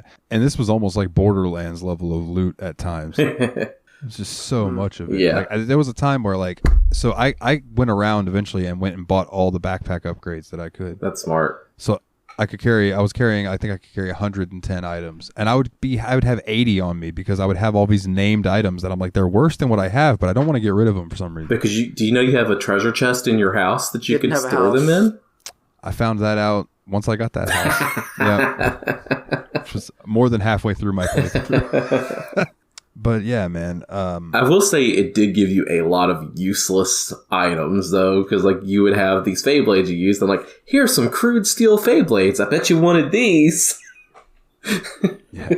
I almost wonder if those were meant to be salvaged. They give those shields to you, so it's get the parts from them if you can. But even the parts you would get from those wouldn't be as good as the parts you would get from the blues and the greens. Yeah. But the only thing is, the way it works is you can never, no matter how good your skill is, you can never salvage purples, and you can't salvage golds or yellows or whatever it is. Yeah. The legendaries. Yeah. The ones that are parts of a kit. I think it was purple was unique and yellow is part of a kit. Right. The you mentioning that it lent itself to the MMO style with all the quests and stuff, it gave me very heavy World of Warcraft vibes when you would enter a new area and you would get all those exclamations on your mini map. That was so MMO, almost like a nostalgia trigger for me of the good old days of playing World of Warcraft back in the day before that game just, I don't know. Apparently that game's come all the way full circle and now is going back to the way it used to be. I don't know. It's fucking weird. I'm done with it though. But yeah, you crest a hill and it's basically area discovered Booty Bay, gain 200 experience points. Yeah. When I was to the point where I was just on the back of my mount just flying around trying to discover new areas of maps because that was just, I didn't have anything else to do. That's when it's all right, maybe it's time to give this game up. So final thoughts on Amalur before we get into ratings. anything that maybe like, would you guys play a sequel? Oh, I did have one other thing I wanted to complain about, which is just the way the autosave works in this game is as capricious as anything else I've ever seen. Like, if you die, all of a sudden you're like, did it save 2 minutes ago or 20? Yeah. I didn't die while I played. Oh, your build must have been good. I shouldn't have split I class, did not die guess. either, and I was playing on hard. I played on normal, but I don't know. So, fun fact, I started the game on normal and then switched to hard so I could get that achievement. Didn't count. No. Didn't count. So, I'll have to play through the game again. Oh, best believe I'm going to fucking cheat like a motherfucker next time. Hell yeah. I'll load myself up and just golden path that game to get that fucking achievement. And then, so dude, one of the things is you have to do 100 parries. Jeez. And I have 2. I just don't use my shield. I don't use the shield either. I liked carrying around the talismans because they looked the coolest. They were like where you would just throw them up and it was like a magical barrier. Yeah. Oh, do talismans not parry? Oh, they parry, but I'm just not good at the parry at all. Okay. One other point I wanted to bring up about the game was I thought that the skill tree in it was really well prepared. Like, it was never confusing to me. Like, it felt more like I was looking at a skill tree from like a dungeon crawler, honestly. Like, this game gave me some serious dungeon crawler vibes as I played it as well. And I just really liked the skill tree because it just didn't feel convoluted. There were 3 skills, and then they each had a little couple branching, not a couple, but like 5 or 6 branching paths in them that were really easy to understand how everything upgraded and what it did. It wasn't like Skyrim was like, what should I pick out of these 25,000 options and then the 17 options within those? Yeah. Yeah, they definitely like streamlined it where necessary. Yeah. And I think that's one thing this game did really well in general was streamlining things that needed to be streamlined. I actually really thought it was a good idea to separate the crafting and the non-battle skills from the battle skills. And when you leveled up, you got to level up a non-fighting skill, and then you got to put points into your fighting skills. So you never felt like you were missing out or skimping on something just to power something else up. That's a really good point. Yeah, you're never taking speech and thinking, man, I should have taken light weapons instead, Exactly. you know? Ooh. I have one more question that I just saw in my notes because I finally scrolled down. Finishing moves.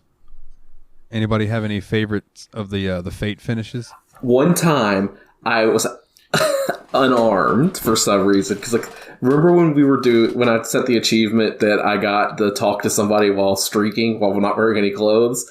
I accidentally got myself into a fight while I was completely butt naked and had no weapons on. So all I did was I turned on the Fates, did the Fate shift in it, and just beat the crap out of this. I think it was like I don't remember what it was. Like, maybe it might have been a brownie or something.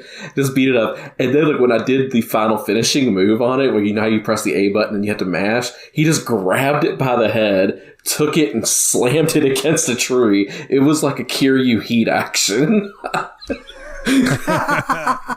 That's tremendous. Yeah, the Fate kills, listeners, are like, you use them, and then while you're doing the final little push, it gives you a button mash prompt, and that the higher you get that, the more experience that you get. It'll give you like 25% more, 50% more, 75% more, or 100% more. Yeah, that was my favorite finisher because it just reminded me of Yakuza. It was very Yakuza-esque. Like the few that jumped out to me was the one where you would like just like kick them, and they would like just kick them the fuck out of them in the gut, and they'd fall to their knees, and then you'd grab their fucking head and just snap their neck. Boom. The one where you would like hit them, like you would just like create fate. It would like create a spear or something, or like a hammer, and you would smash them with it, and then you would turn it into like a spike and throw the spike into the ground, and then grab them and pick them up and just throw them and impale them onto this freaking spike. And then the other one that jumped out to me, and then I'll ask some of the other ones because I'm rambling, but like the scythe one, where you would create like I don't remember if you kicked them down or if you created the scythe first and then you hit them and then you bring that thing around and you stick them in the gut and you just rip it. Like it's just, oh, they're epic. They're really epic and well animated. Again, going back to like the staff animations and stuff, all the combat stuff is really well animated. What about you, Willie? Do you have any finishers that you were like keen on? I liked the bow and arrow, and there was one where you kneed him and then blast him like a dozen times with like the bow and arrow, and then gave him a kick to the knee, like Shining Wizard style. Once was an adventurer like you. Then he took 1,000,000 arrows to the knee. What about you, Michaela? So, there was one moment where I was fighting a rock troll, and I triggered Fate, and he got a lance. I pulled out just this lance, this like dragoon spear, just got him right in the face, and just impaled him in the face with it. And as the rock troll fell to his death, he was grabbing his nose. So not only did I kill him, I denied him his final sneeze.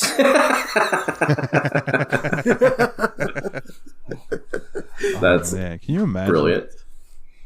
Like you're like, and then you just die, and then it's just like you never get. Oh, that would be awful. What if you had stuck with that feeling for eternity? Like you're just about to sneeze in death. Ugh, that'd be awful. So let's get into some ratings then, gentlemen.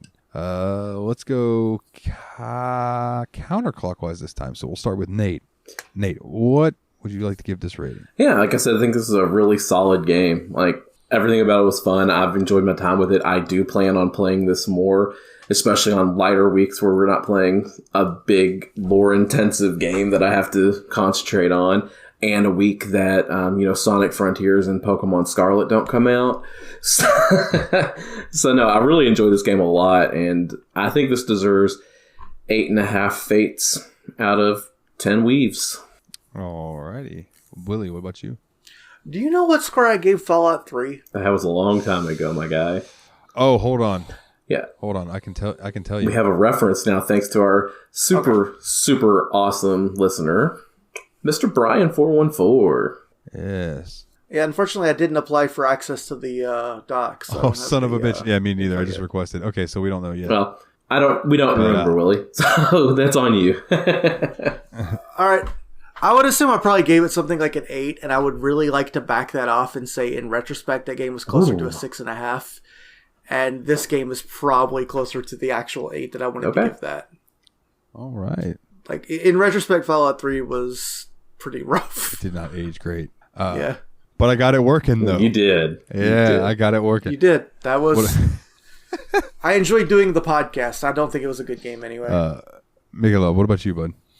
So I would give it. I'm probably in the same vein here, just because there are aspects of the game that I don't think really aged all that well. Menu systems for one, appearance for another, but I was also playing on Switch, so that might be neither here nor there. So I would probably mirror same thing. I would probably go 8 lances to the face out of 10 death sneezes. Oh, dang, I didn't give it a cute name. Give me 8 tarot cards out of 10 super elves. All right. So everybody knows I really fucking like this game. I've liked it for years. But I also, accept that it hasn't aged the best, and even when it came out, it had its flaws. You know what I mean? It's always had its flaws. And it's not a perfect game, so I'm not going to give it a 10. Nostalgia makes me want to give it a 9, but I'm going to take those nostalgia glasses off and admit that it has its flaws, but it's a great game.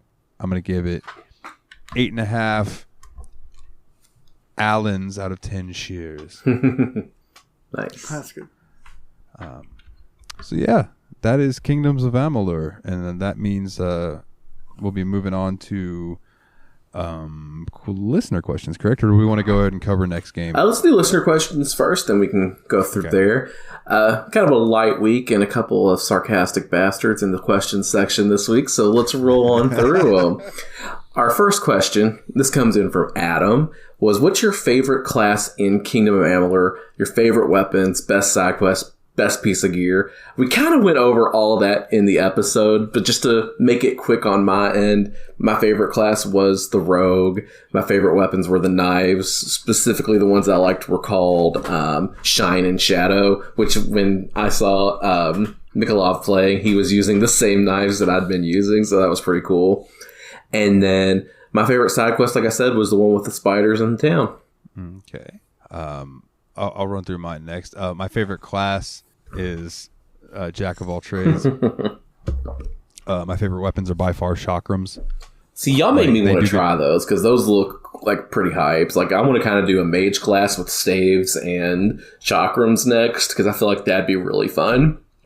Once you start getting higher level and stuff, dude, you can pump some of your skills into magic, and there is a higher tier, and it's a combo of finesse and sorcery that you get the blink that Willie had, but when you blink away from enemies, it hits them with a poison. Ooh.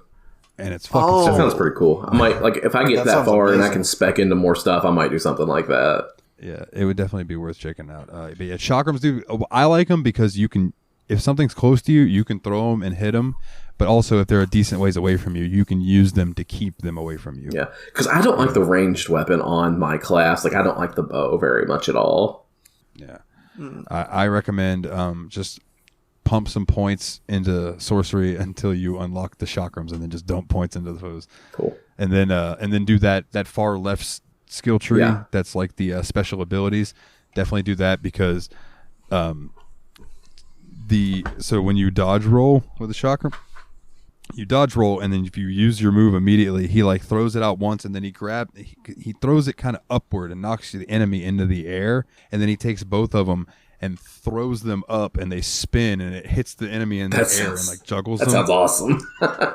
Yeah, and then there's one more where like, so I think all the weapons have this where if you hit the button and then delay and then hit it again, it does a different move.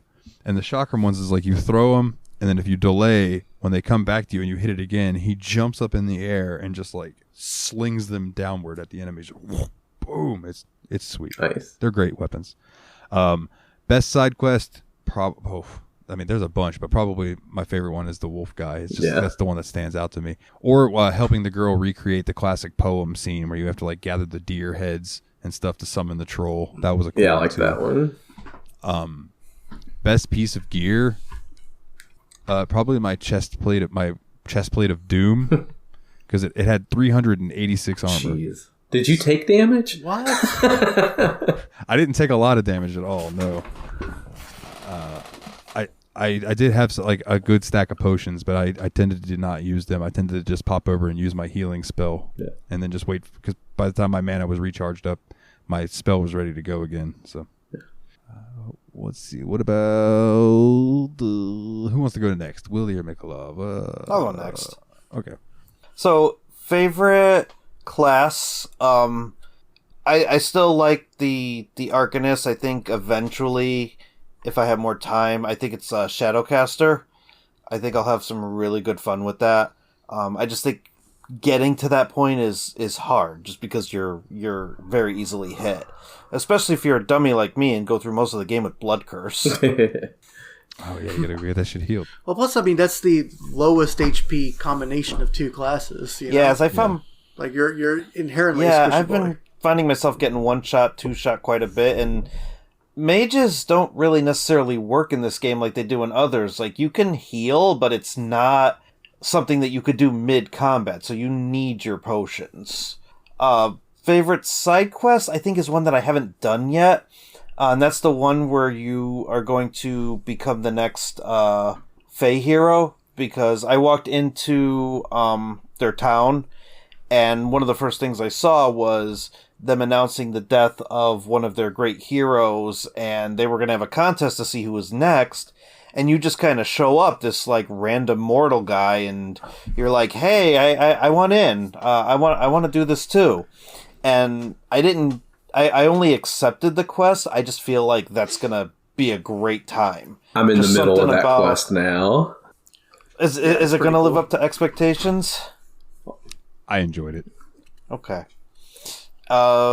Weapons. I'm going to go with the same one that Nate had, the shade and what was it, shade and shadow or shade? Yeah, shine and shadow. Shine and Shadow, that was it. The nice thing about those daggers is that they actually change their elemental properties based on whether it's daytime or nighttime. Mm-hmm. And I also have a set of chakrams that I crafted. that Nate named Chakram Ew, E-W-E, which apparently is a Chakram babe Ew. joke. Chakram you. My goodness. All right, what about you, Willie? I would say that, like, I didn't really experiment with the classes too much. I kind of went straight into, like, I started off with magic and decided I wanted to spec into the battle mage type thing pretty early on, so I kind of got locked into it. My favorite weapon is, like, after watching Mikhailov play with the chakrams, I really want to experiment with that, because that seems like it's a lot more fun than what most of what I was going with. But instead, I'll answer my least favorite weapon, which is I just could not get broadsword started up whatsoever. Like, it's just so easy for the enemy to interrupt you, and just, I couldn't get it working in any meaningful way. Even if I dodged an attack and started the attack, if there was more than one enemy, I was still going to get plastered before I could get it off, and just immediately it cancels your attack animation. My favorite side quest was one where you get out to a village, and there's this lady who's looking for her boyfriend, and she believes that he's been turned into an antelope. And I hope that's not one of the antelopes that I killed for that other quest. No, a very different one. And eventually you find she basically says, she grew up, being told by her family about these changelings that can change people into animals, and that she saw an antelope carrying the necklace that her boyfriend had carried. And you find later on a pile of cooked meat with that necklace around it, and that isn't the end of that quest. There's still more twists after that. That sounds really Pretty good good. quest. And my favorite individual piece of gear was, oh god.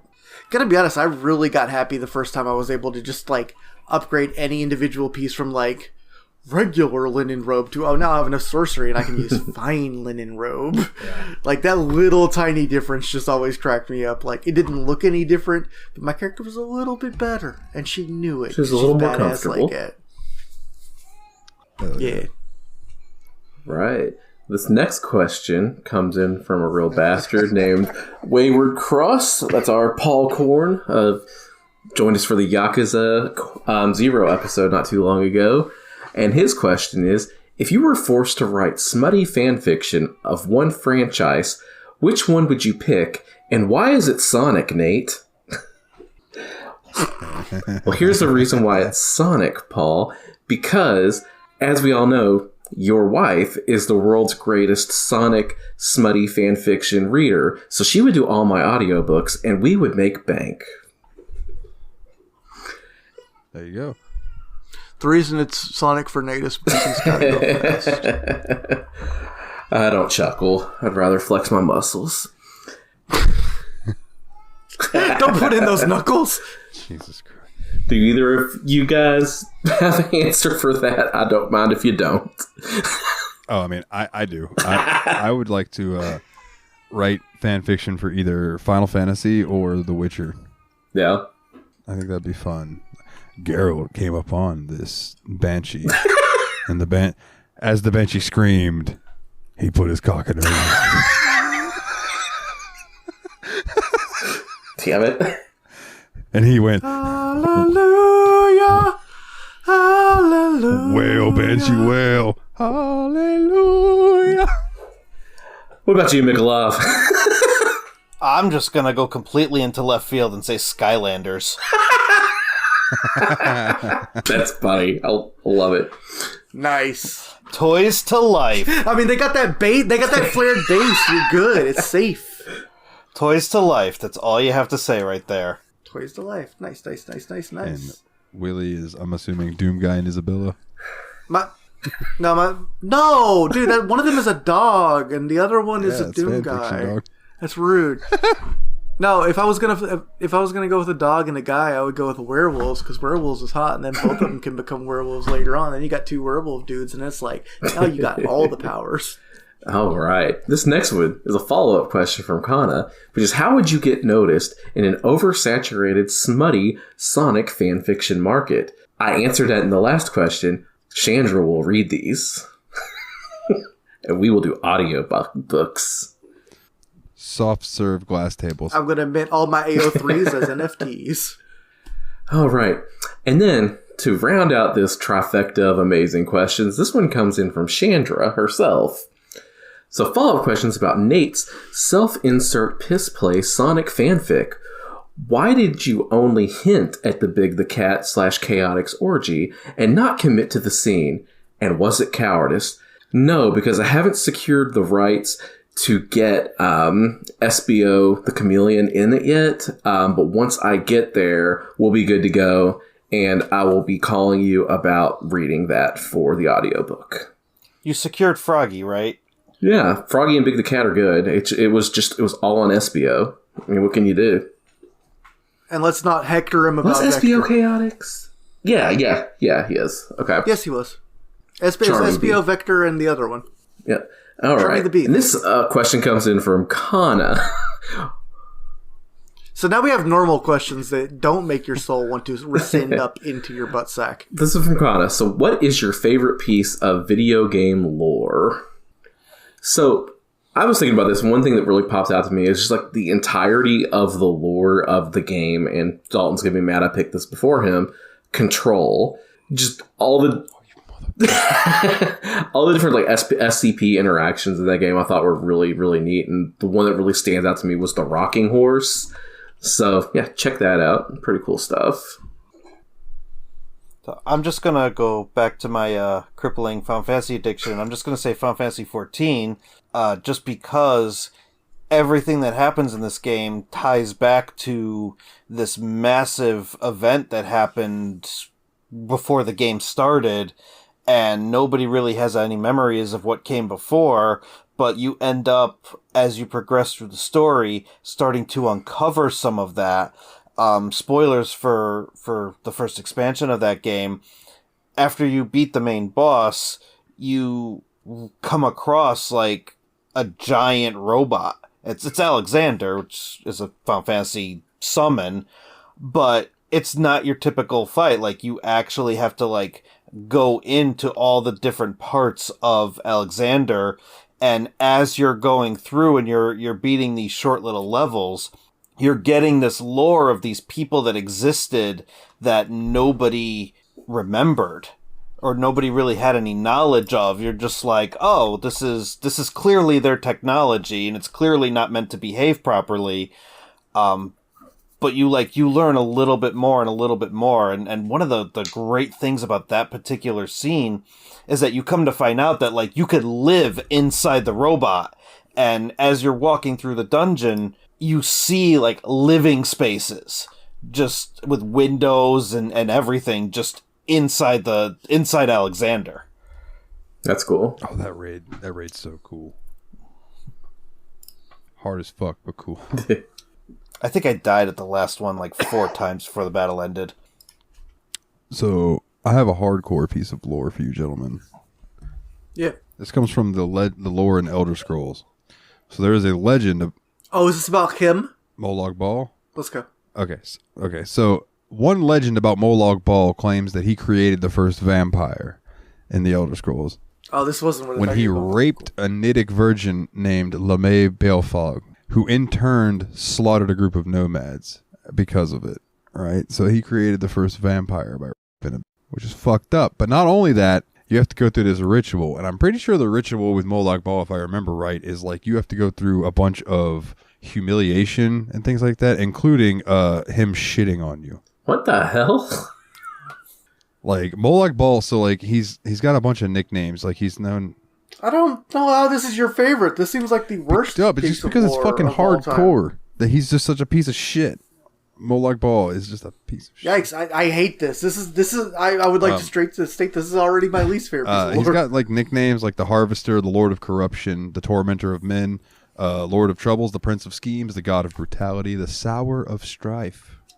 This reminds me of like the Book of Vile Darkness for Dungeons and Dragons second 3.5 edition, where it was like just all of these like horrible we're adult now type things. Yeah. It was like just nasty myths about these characters.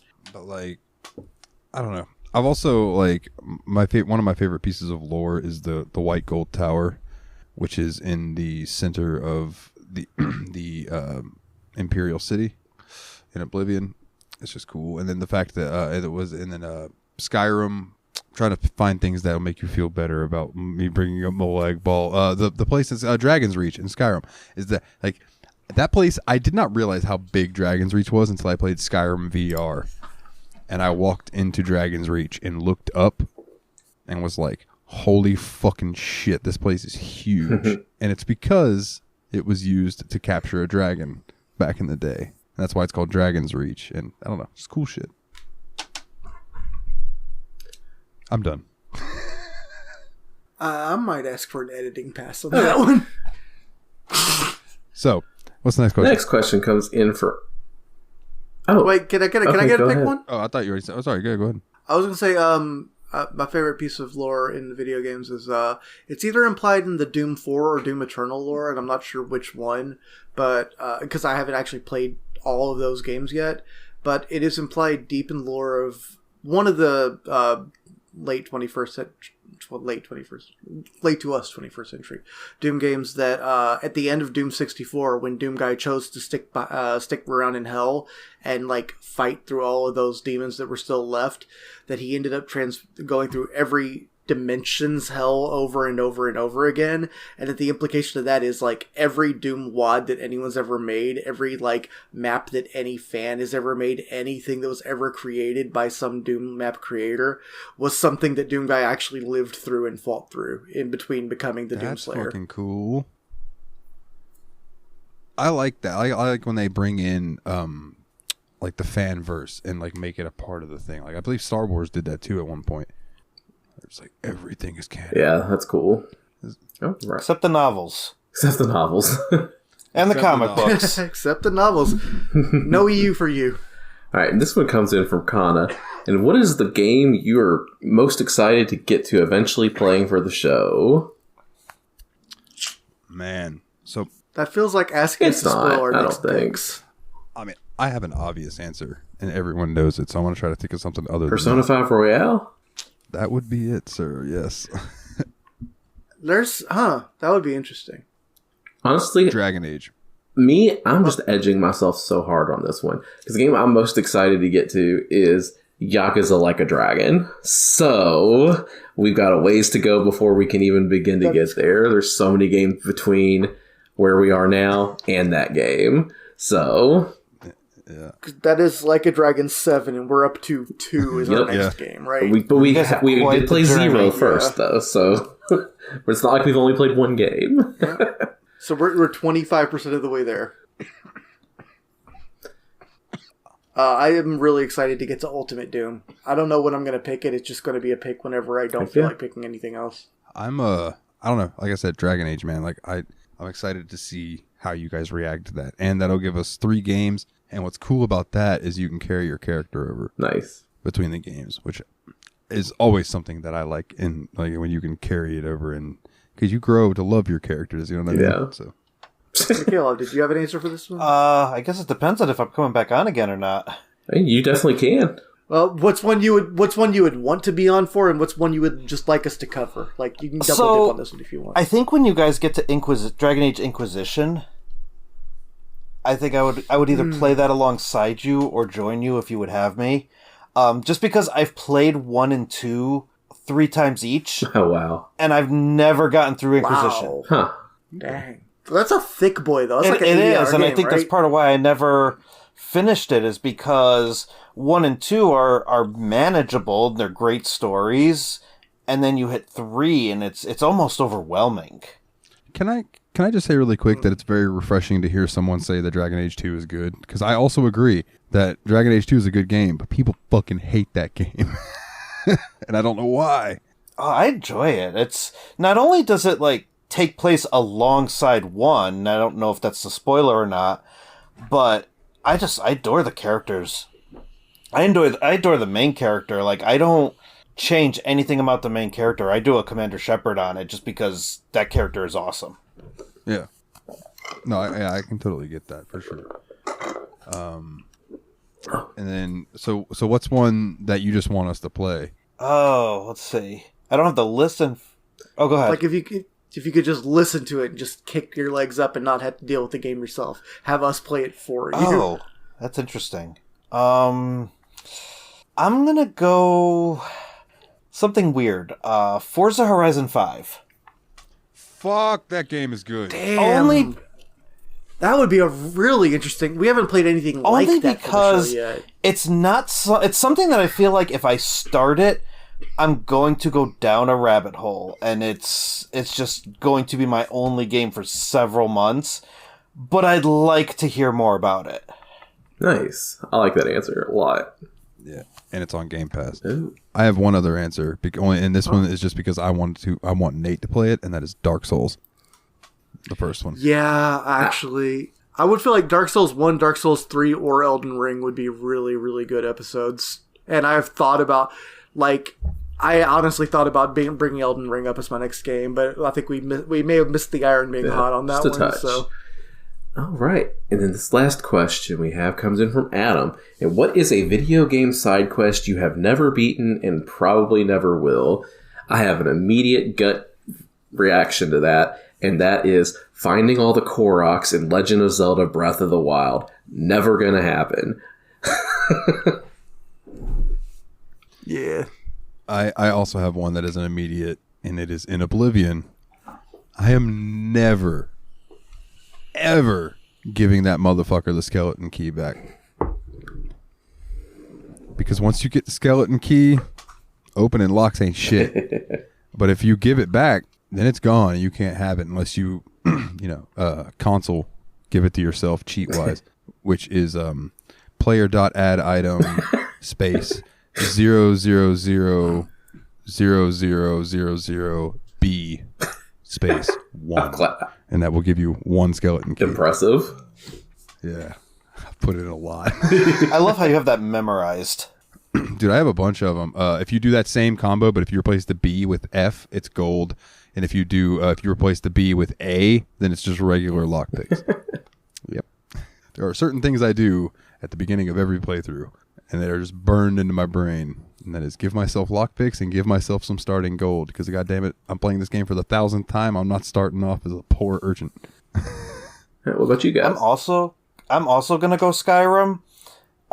Mostly because the last time I played Skyrim was actually on Switch, and I played as Link, because you get his sword, shield, and shirt in that game, or in that version. But I will never pick Stormcloaks or Imperials. I will always let them fight it out. Yeah. I do not care about your politics. I just want to shoot some dragons. And you also will not find all the Koroks in that game either. No. I haven't found one. You know what? They're hiding. Yahaha, you'll find me. The only reason I ever completed the Civil War, it was for the Chivo. That was it. Other than that, I didn't give a fuck. I'm like, the Imperials are trying to stick their nose where it doesn't belong, and the Stormcloaks are racist bastards. It's like, it's a lose-lose. But, yeah, what can you do? What can you do? Do you have one, Willie? I did, and it slipped my mind. Hold on. Honestly, optional boss fights in RPGs. Like, I really don't have any interest in going back and fighting Warmech in Final Fantasy 1 or, all the weapons in 7 and all of that. Like, I thought I did for a minute, and I started to play it. I'm like, no, this isn't happening. This is, if I learn how to do it, I'm just going to be automating someone else's strategy. Like, it is just implementing someone else's playthrough. I am the tool, and the tool is just in slow run. Yeah, I completely get that. The only game that I've done that in a long time was Dragon Quest XI, and it's exactly like you said. I looked up the strategies to beat the optional bosses. It was not what I did on my own, because I don't think I could have come up with the strategies to beat some of those on my own. Yeah.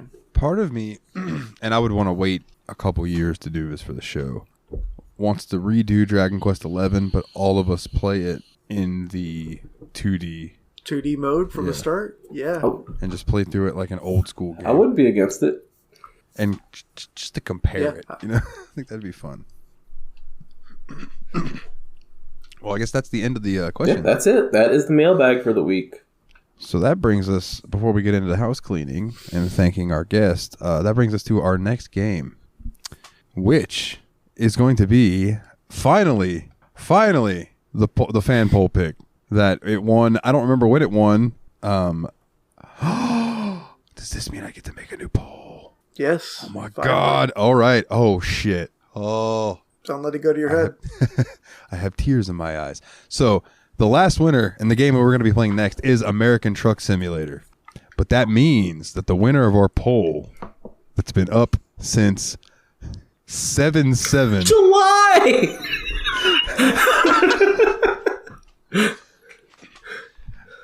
is Nier Automata. That's a big boy too, isn't it? Oh, wow. It actually, let me look it up real quick.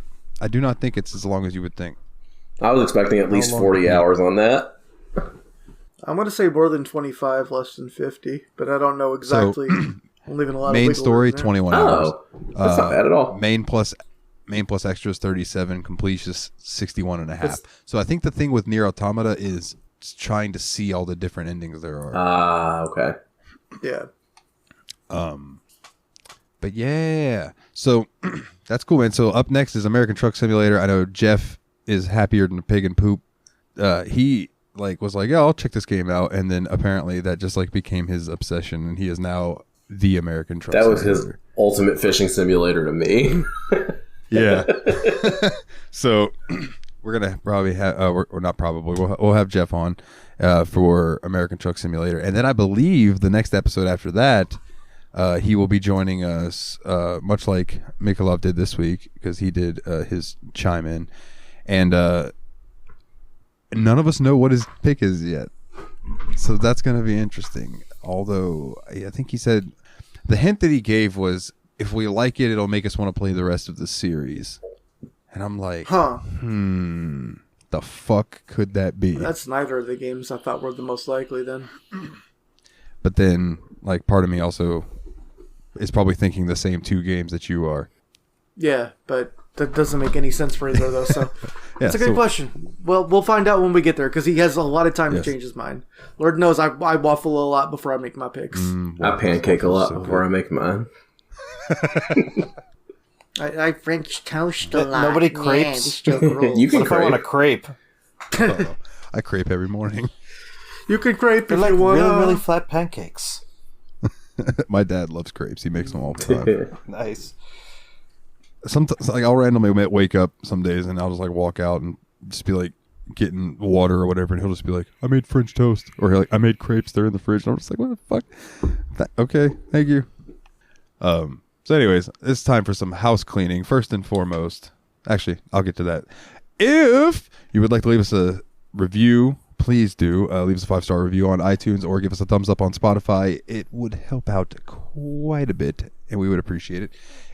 I used to plug our social media, but fuck social media. If you want to come join our Discord, it's bit.ly/TSMP Discord. If you want to check out the website, it's bit.ly/The Steam Machine Podcast, all capitalized phonetically. If you'd like to join the Patreon and be a wonderful, wonderful person and donate to the show, it is patreon.com/The Steam Machine Podcast. And if you donate $10 or more, you get a shout out each and every episode, like these wonderful people: Nate Sir Cogsworth, the 7th of the Juniper; Jeff, the original expendable Mr. Syllables; old grumpy man Jeffy Lube himself; Arisa Adam, shout out to his podcast Revival and Extinction; James, the Steam Machine Hall Monitor Hall; and Team Retrog. Mikolov, check him out on YouTube. You guys rock. Also, if you'd like to hear more of me, you can catch me weekly on YabsPod, yet another BS podcast, where me and Jeremy shoot the shit for a few hours. Actually, lately it's been a couple hours. It hasn't been a few, it's been a couple.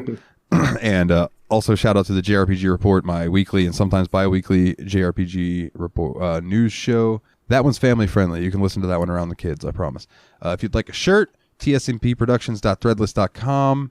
You can get underwear, shoes, you can get a backpack, you can get whatever you want with our logo on it, and more stuff coming soon on there as well.